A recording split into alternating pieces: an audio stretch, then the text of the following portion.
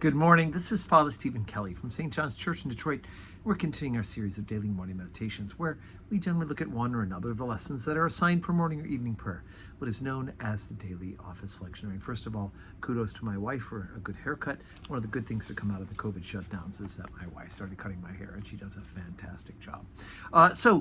Today, for Tuesday, let's take a look at the lesson that's assigned for evening prayer, the first lesson, and that's from the book of the prophet Ezra. Now, we jump forward as we've been reading these prophets. We heard about Isaiah and Jeremiah talking about the people being sent into exile because of their disobedience to God's law. They start worshiping Baal, all sorts of evil and wicked things they began to do and not follow as they were taught.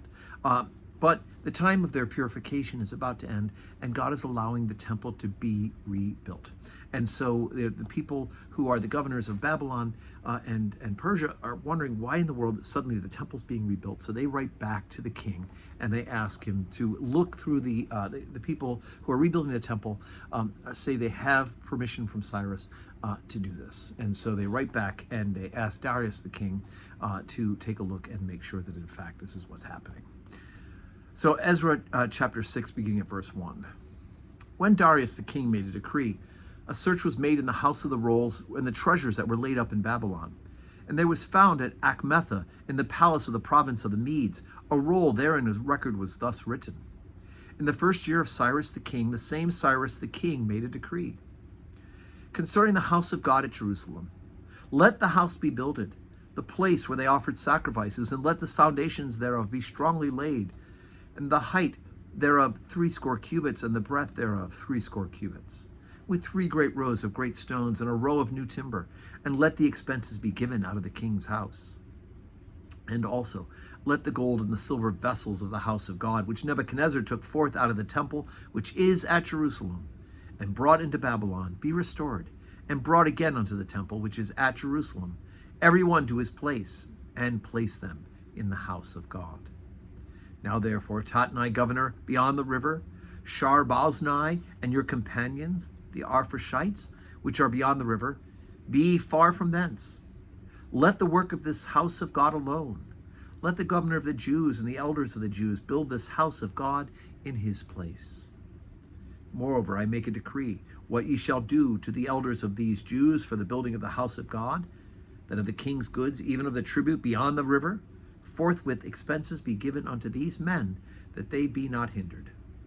And that which they have need of, both young bullocks and rams and lambs for the burnt offerings of the God of heaven, wheat, salt, wine, and oil, according to the appointment of the priests which are at Jerusalem, let it be given them day by day, without fail, that they may offer sacrifices of sweet savors unto the God of heaven, and pray for the life of the king and of his sons.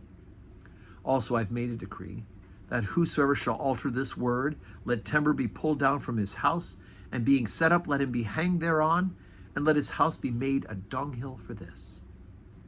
And the God that hath caused his name to dwell there, destroy all kings and people that shall put to their hand to alter and to destroy this house of God, which is at Jerusalem. I, Darius, have made a decree. Let it be done with speed. All right, so we can see how God used Nebuchadnezzar, right, who is a pagan god, to accomplish his will, or Nebuchadnezzar, who worshiped pagan gods, to accomplish his will by taking the people out of the promised land for their purification, for their punishment. And he's also now used Cyrus and now Darius to not only to complete this reconciliation, but to rebuild the house of God. See, God can use even the most wicked and the most outside to accomplish his purpose and will in the big picture. Today is Tuesday, 12:15 Holy Communion, 4 o'clock evening prayer. Come worship with us, and may God grant us a Tuesday that's full of blessings.